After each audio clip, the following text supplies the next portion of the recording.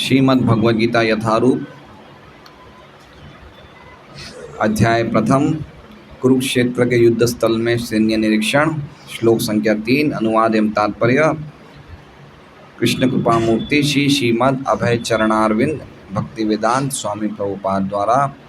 पश्येतां पांडुपुत्राणाम् आचार्य महतिं चमुं व्यूढां द्रुपदपुत्रेण तव शिष्येण धीमता। पश्य देखिए, एताम इस पांडुपुत्राणाम पांडु के पुत्रों की आचार्य हे आचार्य गुरु महतिम विशाल चमुम सेना को व्यूढ़ाम व्यवस्थित द्रुपद पुत्रेण द्रुपद के पुत्र द्वारा तव तुम्हारे शिष्येण शिष्य द्वारा धीमता अत्यंत बुद्धिमान। अनुवाद। हे आचार्य, पांडुपुत्रों की विशाल सेना को देखें जिसे आपके बुद्धिमान शिष्य द्रुपद के पुत्र ने इतने कौशल से व्यवस्थित किया है। ओम अज्ञानतिमिरान्धस्य ज्ञानाञ्जनशलाकया चक्षुरुन्मिलितं येन तस्मै श्रीगुरुवे नमः। नाम श्रेष्ठं मनुमपि शचीपुत्रम् अत्र स्वरूपं रूपं तस्याग्रजम् उरुपुरीं माधुरीं गोष्ठवाटीं राधाकुण्डं गिरिवरम् अहो राधिका माधवाशां प्राप्तो यस्य प्रथितः कृपया श्रीगुरुं तं नतोऽस्मि।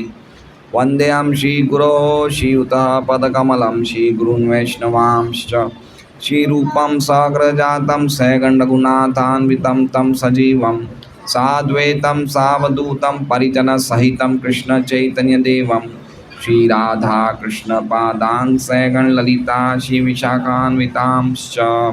गुरु वैष्णव भगवान तीने स्मरण हय विघ्न विनाशन अनायास हय निज वांछित पूरण। हरे कृष्णा कृष्णा कृष्णा हरे हरे हरे राम राम राम हरे हरे। विलम्ब के लिए मैं क्षमा चाहता हूँ, आज थोड़ा विलम्ब हो गया। सभी भक्तों को प्रणाम।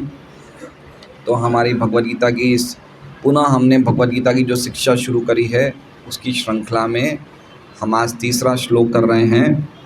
तो पिछले श्लोक में हमने देखा कि किस प्रकार, आप लोग के मोबाइल साइलेंट कर दीजिए, किस प्रकार द्रोणाचार्य के पास दुर्योधन जाते हैं और दुर्योधन ने जब इतनी विशाल सेना देखी पांडवों की तो मनी मन थोड़ा सा वो डर गए थे और उस डर को छुपाने के लिए वो दुर्योधन के पास जाते हैं और डिप्लोमेटिक थे, इसलिए वो अपने डर को छुपा के गुरु के पास जा रहे हैं। लेकिन वो डर गए थे उस सेना को देख के। वो इसलिए डर गए थे कि उन्होंने देखा कि जो पांडव कुछ समय पहले सड़क पे आ गए थे उन्होंने इतनी जल्दी इतनी विशाल सेना को कैसे योजनाबद्ध किया, कैसे अरेंज किया। तो इसलिए वो थोड़ा सा आश्चर्यचकित हो गए और उनको थोड़ा डर लगा। तो इसलिए ये डर के मारे उनके पास जाते हैं और अपने गुरु के पास जाके ये शब्द बोलते हैं जो आज हम सुन रहे हैं। तो हे आचार्य आप देखिए, पश्य मतलब देखिए। तो क्या द्रोणाचार्य नहीं देख रहे थे? वो देख रहे थे, तो फिर क्यों बोला पश्य? आपके शिष्य ने बड़ी सेना बनी। हाँ, पश्य का हाँ मतलब पश्य मतलब जैसे मान लीजिए कि मान लीजिए कि जैसे मैं अभी हम यात्रा में गए थे और यात्रा में मान लीजिए कि मेरे से कोई गलत काम हो जाए।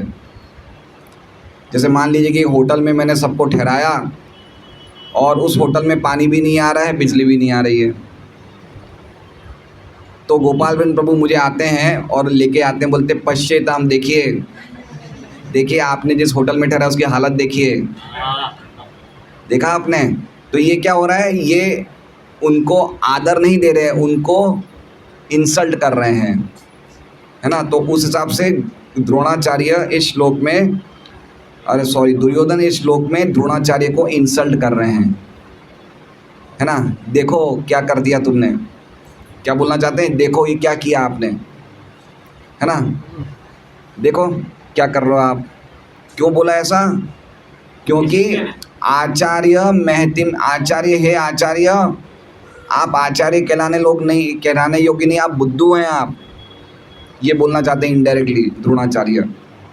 आप में बुद्धि की कमी है। क्यों कमी है आप में? क्योंकि आपकी ये जो पांडवों की जो सेना है, पांडु पुत्राणाम, हे आचार्य आप देखिए, क्या देखिए? एताम, इन लोगों को देखिए। किन लोगों को देखिए? ये इन लोगों को देखिए। एताम मतलब आप इनको देखिए। पांडु पुत्राणाम महतिम चमुम, महतिम मतलब बड़ी और चमुम मतलब विशाल सेना। आप ये पांडु पुत्रों की विशाल सेना को देखिए हे आचार्य। तो मैं तो देख ही रहा हूँ, इसमें क्या विशेष बात है? तो कह रहे हैं नहीं, विशेष बात क्या है? व्यूढ़ाम द्रुपद पुत्रेण, ये जो व्यू रचना करी है ये द्रुपद के बेटे ने करी है, द्रौपद के बेटे, द्रुपद के बेटे धृष्टद्युम्न ने करी है। और वो कैसा है? तव शिष्येण, वो आपका ही शिष्य है। और कैसा है वो? धीमता, मतलब उसकी बुद्धि बहुत तेज है। इनडायरेक्टली वो कहना चाहता है कि आपकी बुद्धि बहुत मंद है। क्यों मंद है आपकी बुद्धि? क्योंकि ये धृष्टद्युम्न को जन्म मिला ही था आपको मारने के लिए, आपको मारने के लिए ही इसे जन्म मिला था और आप इस बात को जानते थे। लेकिन फिर भी जब इनके पिता ने इनको धनुर्वेद सीखने के लिए भेजा तो भी आपने इनको शिक्षा दी।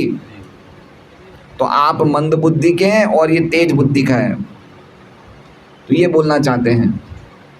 तो आपको पता ही है कुछ कथा इस प्रकार, जो द्रोणाचार्य और धृष्टद्युम्न की कथा हुई थी, सबको पता है ना?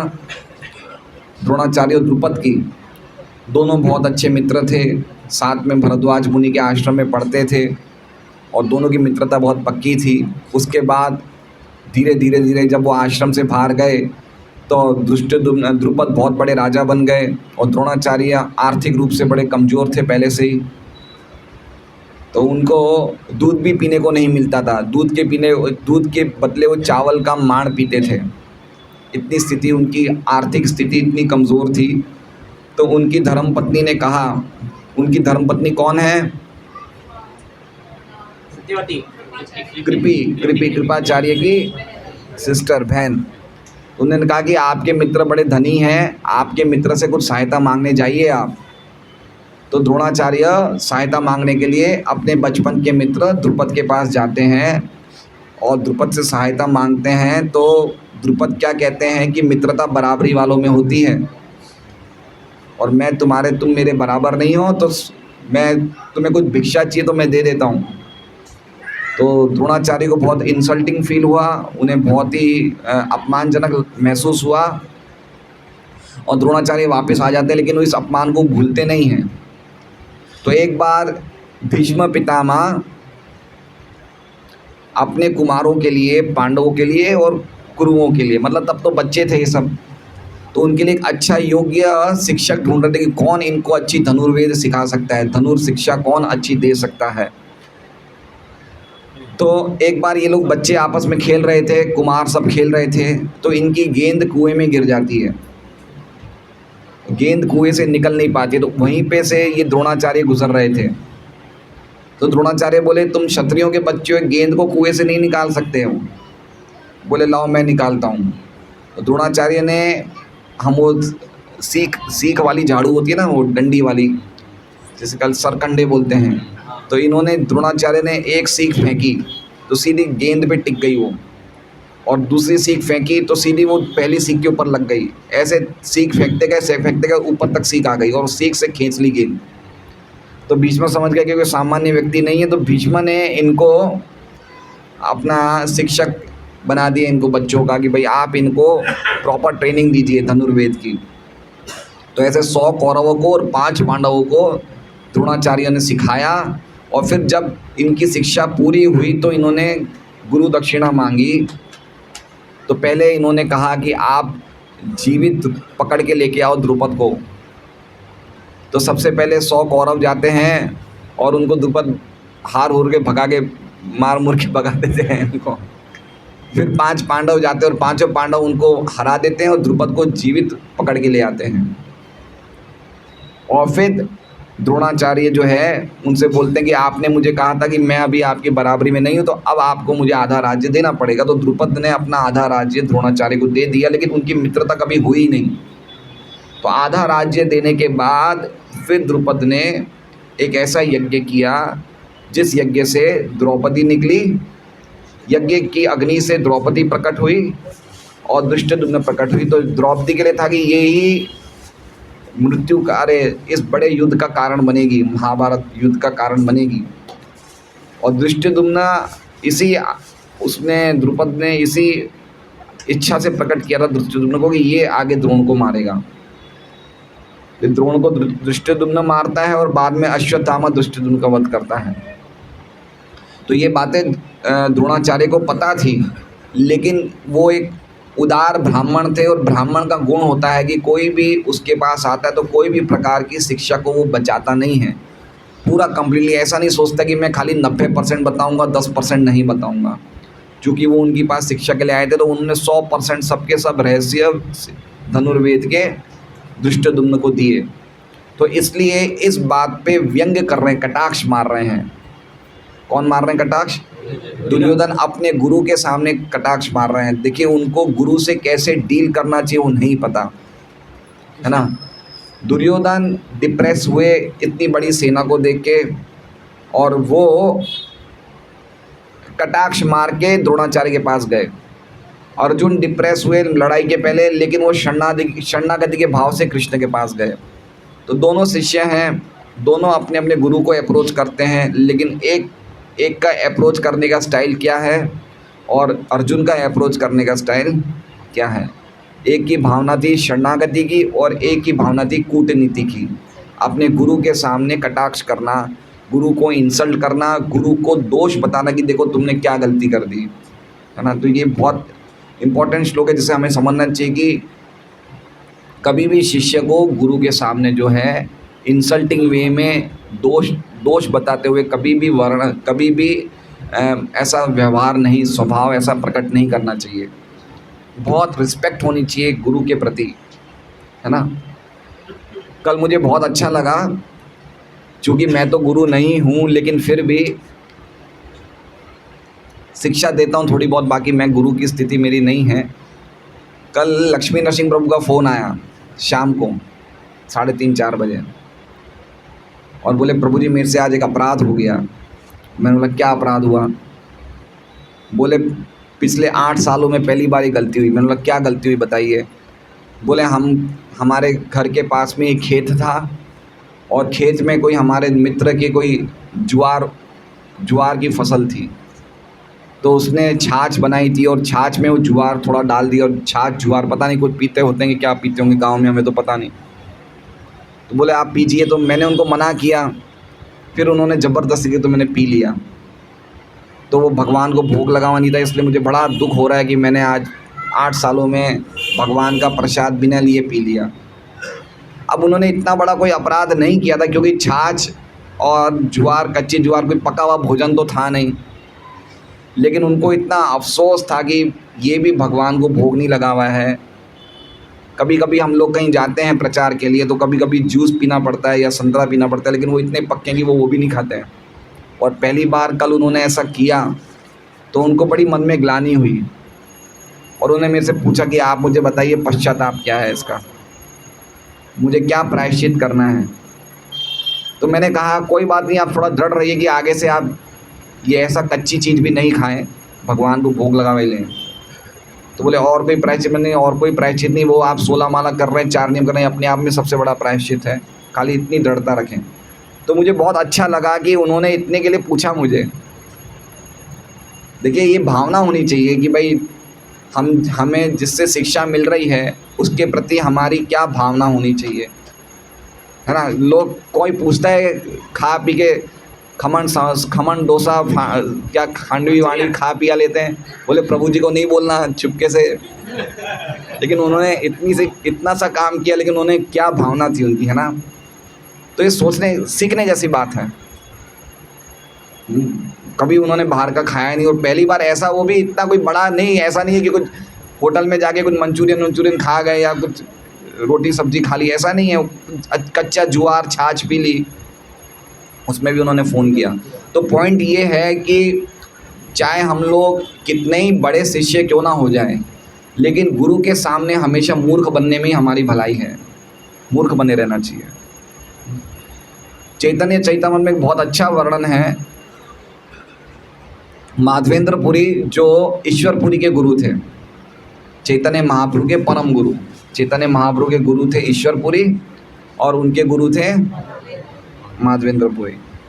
तो माधवेंद्रपुरी के अंतिम समय में मतलब बीमार थे, तो मल मूत्र भी वो पलंग पे ही पास करते थे। तो जब भी गुरु बीमार हो तो हमें ये नहीं समझना चाहिए बीमार हैं, हमारी भावना ये होनी चाहिए, हमें मन में सोचना चाहिए कि गुरु हमें बीमारी की एक लीला कर रहे हैं जिससे कि हम शिष्य को सेवा का अवसर मिले। ऐसी भावना होनी चाहिए, वैष्णव थिंकिंग ऐसी होनी चाहिए। तो उनके दो शिष्य थे, एक थे ईश्वरपुरी, शिष्य तो बहुत थे लेकिन उनके उस समय पास में दो शिष्य थे, एक थे ईश्वरपुरी और एक थे रामचंद्रपुरी। तो ईश्वरपुरी उनकी इतनी अच्छी सेवा करते थे, मल मूत्र पूरा साफ करते थे और हमेशा कृष्ण नाम संकीर्तन भगवान की कथाएं सुनाते थे, जिससे कि इस समय में माधवेंद्रपुरी कृष्ण का स्मरण कर सके, हमेशा अपने गुरु का सेवा करते थे, गुरु को हमेशा कृष्ण की स्मरण कराते रहते थे। तो अंतिम समय में माधवेंद्रपुरी रोने लग गए और रोते रोते ये श्लोक बोला उन्होंने, ऐ दीन दयाद्र,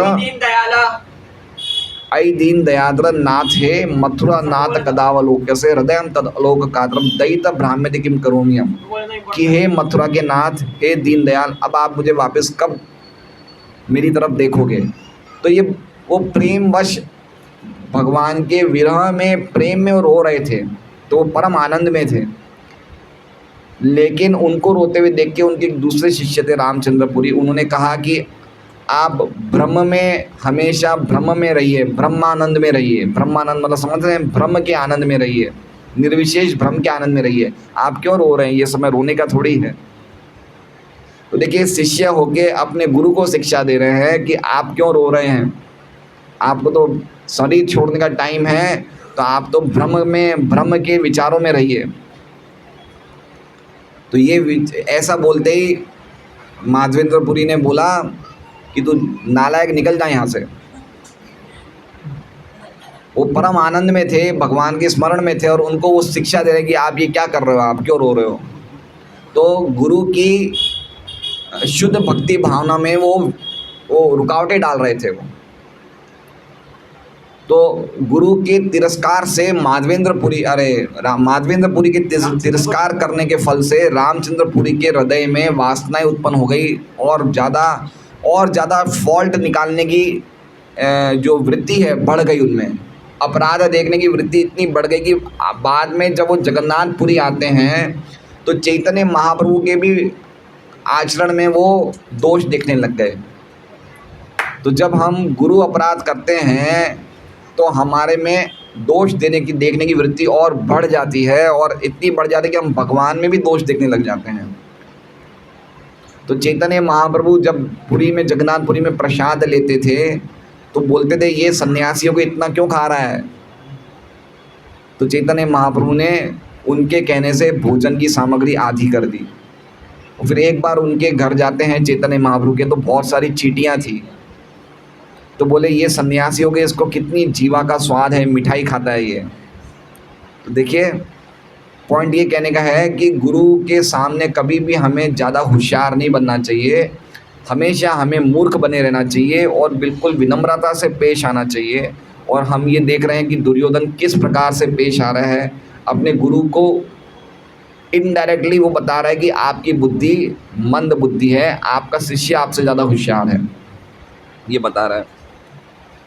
तो अब हम देखते हैं बलदेव विद्याभूषण क्या कह रहे हैं गीता भूषण टीका में।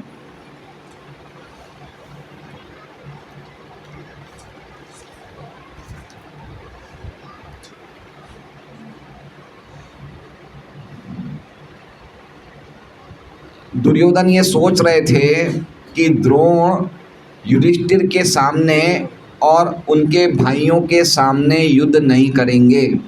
क्यों नहीं करेंगे? क्योंकि द्रोणाचार्य को पांचों पांडवों के प्रति स्नेह था, इसलिए उन्होंने द्रोण के मन में क्रोध उत्पन्न हो, इसलिए उन्होंने कहा पश्येताम।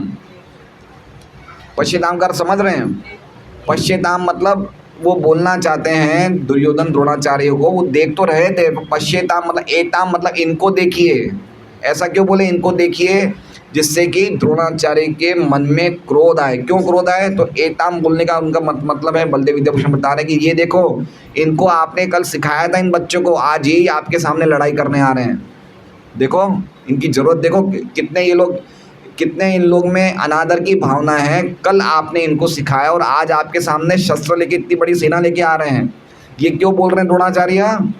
बहुत बड़े डिप्लोमेटिक थे वो इसलिए बोल रहे हैं कि दुर्योधन इसलिए बोल रहे हैं कि द्रोणाचार्य के मन में गुस्सा आए, जिससे कि वो कहीं भी लड़ाई में कॉम्प्रोमाइज़ नहीं करेगी। ये मेरे पांडव मेरे प्रिय शिष्य हैं, इनके सामने मैं थोड़ा लापरवाही से युद्ध करूँ, ऐसी मन में भावना नहीं है। तो उसको गुस्सा किया, उनके गुस्सा डालने के लिए ये बोले कि देखो ये सब शिष्य को आपने कल सिखाया था और आज आपके सामने ही शस्त्र लेके आ गए हैं। इसलिए उनकी सेना बहुत पास में आ गई है और वो आपके शिक्षक की स्थिति को नहीं देख रहे हैं, वो नहीं समझ पा रहे हैं आपके शिक्षक की स्थिति को, इसलिए वो आपकी अवज्ञा कर रहे हैं।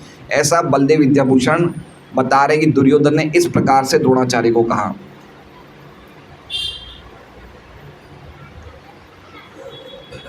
ये सेना व्यूढ़ाम, ये सेना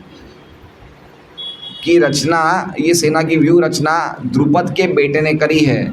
द्रुपद ने आपको मारने के लिए अपने बेटे धृष्टद्युम्न को अग्नि यज्ञ से प्रकट करवाया था, और आप जो हैं जो जानते थे कि ये आपका शत्रु है, फिर भी आपने उनको धनुर्वेद की शिक्षा दी, ये आपकी मूर्खता है। ऐसा बलदेव विद्याभूषण कह रहे हैं। ये आपकी दुर्योधन ये बोलना चाहते हैं कि ये व्यक्ति जो है ये होशियार है, आप मूर्ख हो, और ये आपका जो शत्रु है ये बहुत ही बुद्धिमान है, इसलिए कहा है धीमता। धीमता मतलब बहुत बुद्धिमान है। ये कौन बुद्धिमान है? अमराराम जी, अब बुद्धिमान किसको कह रहे हैं? दुर्योधन बुद्धिमान किसको कह रहा है? धृष्टद्युम्न को बुद्धिमान कह रहा है और इनडायरेक्टली उनको बुद्धू कह रहा है। द्रोणाचार्य को क्या कह रहा है? आप मूर्ख हैं, ये आपका शिष्य होशियार है, क्योंकि इसने आपसे शिक्षा प्राप्त करी है और अब वो आपको मारना चाहता है। हरे कृष्ण हरे कृष्ण हरे कृष्ण हरे कृष्ण। अब आपने जो ये किया है ये हमारे लिए एक समस्या खड़ी हो गई है। क्या कह रहे हैं दुर्योधन द्रोणाचार्य को? आपने ये जो उदारता बताई है ये एक हमारे लिए समस्या खड़ी हो गई है, ये बोलना चाहते हैं।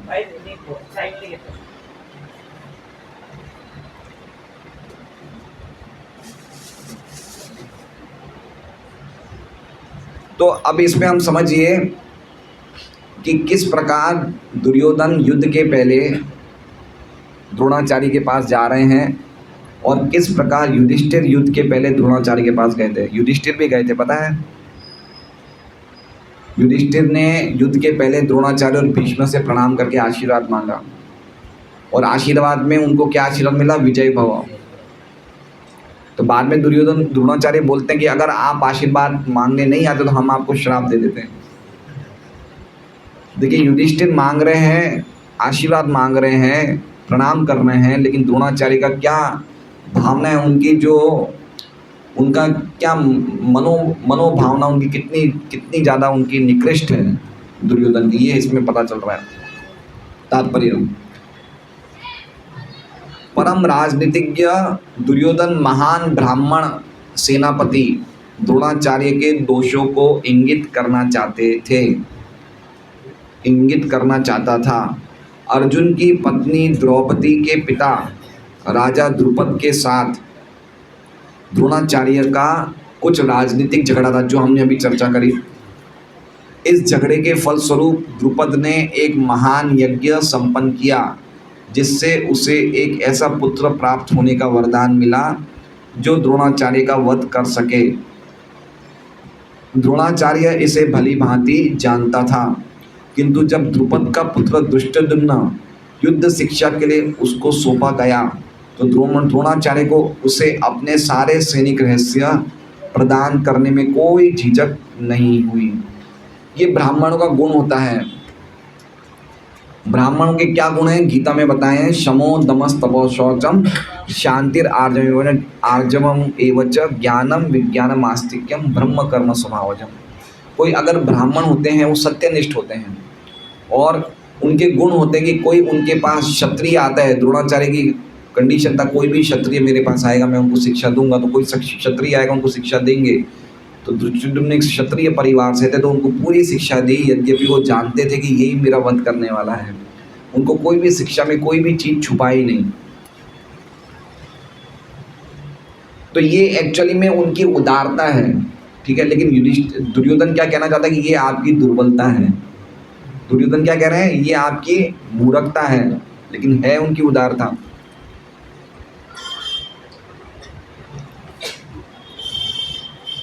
द्रोणाचार्य इसे भली भांति जानता था, किंतु जब द्रुपद का पुत्र धृष्टद्युम्न युद्ध शिक्षा के लिए उसको सौंपा गया तो द्रोणाचार्य को उसे अपने सारे सैनिक रहस्य प्रदान करने में कोई झिझक नहीं हुई।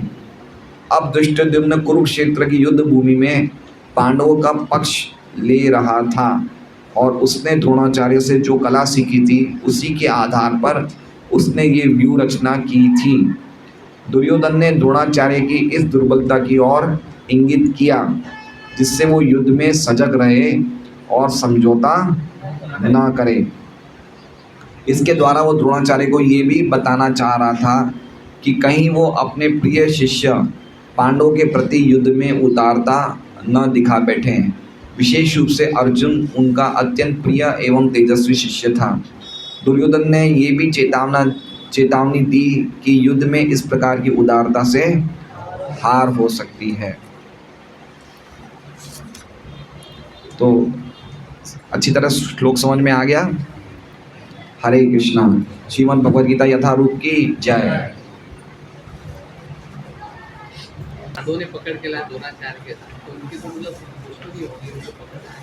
बाद में फिर पांडव के साथ में भी उनका बेटा तो गुरु की आज्ञा पूरी करने के लिए उन्होंने किया था ना, दुश्मनी के हिसाब से थोड़ी किया था उन्होंने। उनकी गुरु की आज्ञा थी।